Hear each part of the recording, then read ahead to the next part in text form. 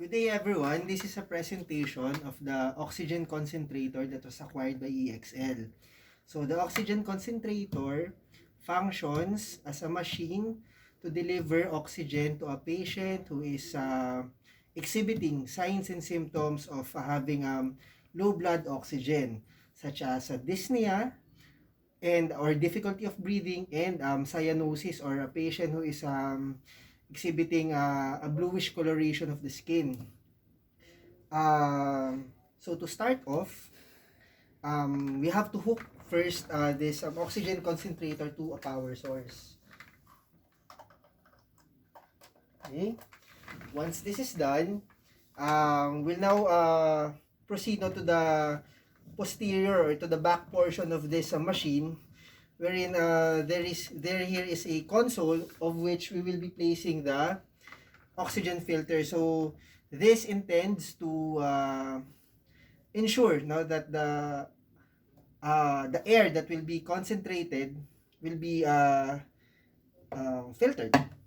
So it has to be placed like this, and after that we'll be closing the door of this machine.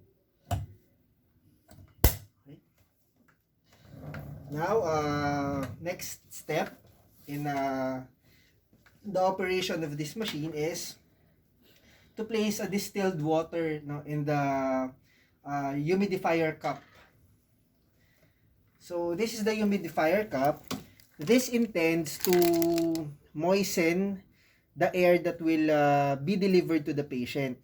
So here we have lines, minimum and maximum. So this indicates that this is the minimum amount of distilled water that will be placed, and this is the maximum amount of water to be poured in this cup. So this is the distilled water. So this approximately is around 50 to 100 ml. Okay. Then we'll now be placing the lid of this humidifier. Okay. Then we'll proceed with placing this humidifier in its here in this area. Now we'll proceed with this. So this connects the humidifier to the oxygen concentrator.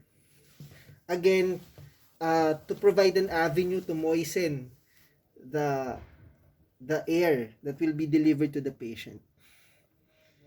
Okay. Next off is the nasal cannula.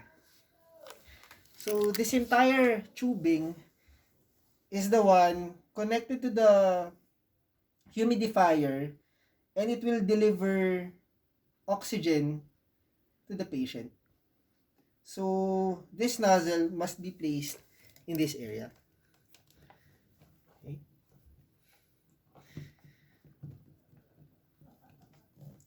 So with this, the setup is complete. And now we'll have to turn on the oxygen concentrator. Okay. So as it is turned on,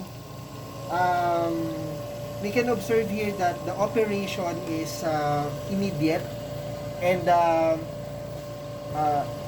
air in the environment is being processed by this machine to get or to concentrate oxygen. Now, moving on, this knob adjusts the amount or the volume of oxygen to be delivered to the patient. So here we start with 0, so no oxygen is being delivered to the patient. And then as we turn on the knob here on the positive sign, so we notice that there is a sort of a ball that rises up. So as we increase the volume or the liters per minute, so the ball rises as well.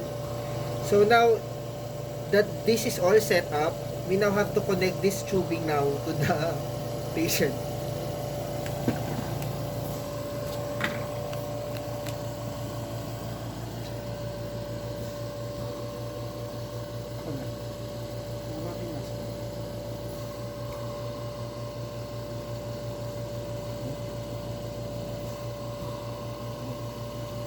So, other considerations not to be observed or to be discussed with this machine is this panel.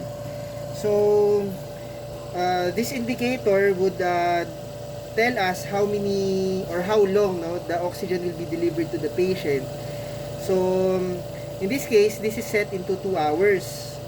But we can actually adjust it to 30 minutes, 60 minutes, depending on the need of the patient. So, this wraps up our discussion of this oxygen concentrator. Again, this is used for patients who are exhibiting signs and symptoms of having low blood oxygen. So, the use of this must be accompanied with a doctor's order or an assessment from any healthcare member or healthcare unit. Okay? Thank you very much.